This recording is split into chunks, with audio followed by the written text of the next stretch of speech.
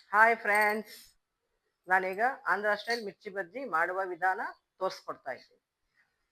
ಮೊದಲಿಗೆ ಮೆಣಸಿನ್ಕಾಯಿ, ಕಡಲೆ ಹಿಟ್ಟು, ಖಾರದ ಪುಡಿ, ಜೀರಾ ಪುಡಿ, ಅರಿಶಿನ ಪುಡಿ, ಉಪ್ಪು, ಕರಿಮೆಣಸು ಕಾಳು, ಬೇಕಿಂಗ್ ಸೋಡಾ, ಹುರ್ಗಡ್ಲೆ ಪುಡಿ, ನೀರು, ಎಣ್ಣೆ ಮಾಡುವ ವಿಧಾನ. ಈಗ ಬೌಲ್ ತಗೊಳ್ತಾ ಇದ್ದೀನಿ.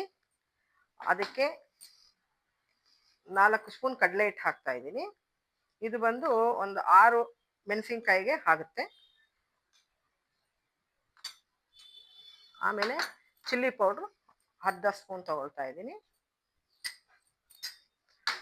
ಆಮೇಲೆ ಹುರ್ಗಡ್ಲೆ ಪೌಡ್ರು ಒಂದು 5ರಿಂದ 6 ಸ್ಪೂನ್ ತಗೊತಾ ಇದ್ದೀನಿ, ಚಿಕ್ಕ ಸ್ಪೂನು. ಸ್ವಲ್ಪ ಜೀರಾ ಪುಡಿ, ಸ್ವಲ್ಪ ಕಾಳು ಮೆಣಸು ಪುಡಿ, ಚಿಟಿಕೆಯಷ್ಟು ಅರಿಶಿನ ಪುಡಿ, ಚಿಟಿಕೆ ಬೇಕಿಂಗ್ ಸೋಡಾ, ರುಚಿಗೆ ತಕ್ಕಷ್ಟು ಉಪ್ಪು. ಈಗ ಇದನ್ನು ಮಿಕ್ಸ್ ಮಾಡಬೇಕು.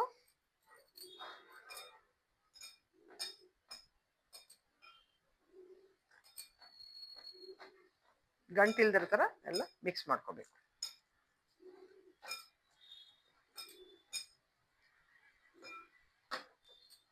ಇದನ್ನು ಚೆನ್ನಾಗಿ ಈ ಥರ ಮಿಕ್ಸ್ ಮಾಡ್ಕೊಳ್ಳಿ. ಉಂಡೆ ಇಲ್ದಿರ ಮಿಕ್ಸ್ ಚೆನ್ನಾಗಿ ಮಾಡ್ಕೊಳ್ಳಿ. ನೀವೆಷ್ಟು ಮಿಕ್ಸ್ ಮಾಡ್ಕೊತೀರೋ ಅಷ್ಟು ಚೆನ್ನಾಗಿ ಮೆಣಸಿನ್ಕಾಯಿ ಬಜ್ಜಿ ಬರುತ್ತೆ.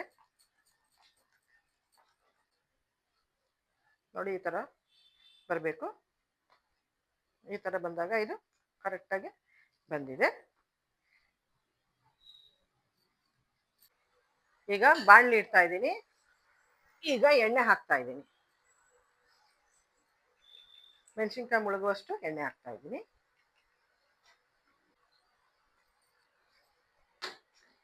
ಈಗ ನಾನು ಇಲ್ಲಿ ನೋಡಿ ಕತ್ತಿಯಲ್ಲಿ ಈ ಥರ ಕಟ್ ಮಾಡಿ ಇಟ್ಕೊಂಡಿದ್ದೀನಿ. ಇದನ್ನ ಇದ್ರೊಳಗಡೆ ಹಾಕಬೇಕು. ಎಣ್ಣೆ ಬಿಸಿ ಆಗಲಿ. ಈಗ ಎಣ್ಣೆ ಬಿಸಿ ಆಗಿದೆಯಾ ಅಲ್ವಾ ಅಂತ ಒಂಚೂರು ನೋಡೋಣ. ಇನ್ನೊಂದು ನಿಮಿಷ ಇದೆ. ಈಗ ನೋಡಿ, ಮೆಣಸಿನ್ಕಾಯಿ ಬಜ್ಜಿ ನೀವು ಮಾಡಬೇಕಂದ್ರೆ ಈ ಥರ ಇಟ್ಕೊಂಡು ಹಿಂಗೆ ಈ ಬೆರಳು ಹಿಂಗೆ ಇಟ್ಕೊಂಡು ಹಿಂಗೆ ಮಾಡಿ ಹಿಂಗೆ ಬಿಡಬೇಕು. ಅರ್ಧ ಮೆಣಸಿನ್ಕಾಯಿ ಕಾಣ್ತಾ ಇರಬೇಕು. ಆವಾಗ ನಿಮಗೆ ಮೆಣಸಿನ್ಕಾಯಿ ಬಜ್ಜಿ ಸೂಪರಾಗಿ ಬರುತ್ತೆ. ಇದು ಆಂಧ್ರದಲ್ಲಿ ಇದೇ ಥರ ಮಾಡೋದು. ನೀವು ಇದೇ ಥರ ಕಲ್ತ್ಕೊಳ್ಳಿ.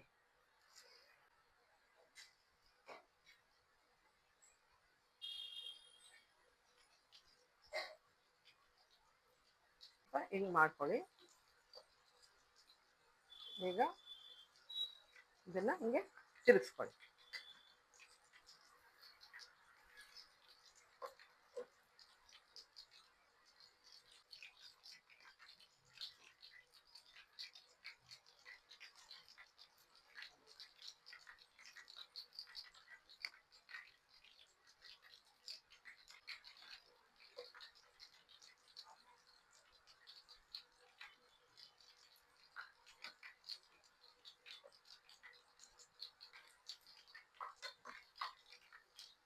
ಇದು ಆಗಿದೆ, ತೆಗಿಯೋಣ.